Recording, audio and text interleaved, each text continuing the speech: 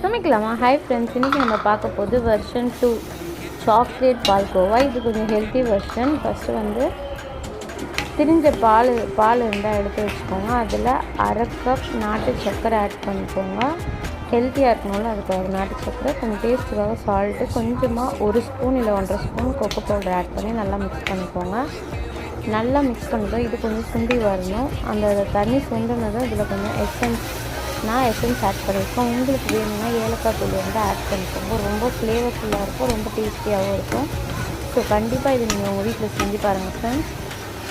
நீங்கள் பண்ணுறதுலையே ரொம்ப ரொம்ப டேஸ்டியான டிஷ்ஷாக இருக்கும். ஏன்னா இது வந்து நார்மல் பால்கோவாவை விட கொஞ்சம் ஹெல்த்தியாக இருக்கும். ஏன்னா நம்ம நாட்டு சக்கரை ஆட் பண்ணியிருக்கோம்.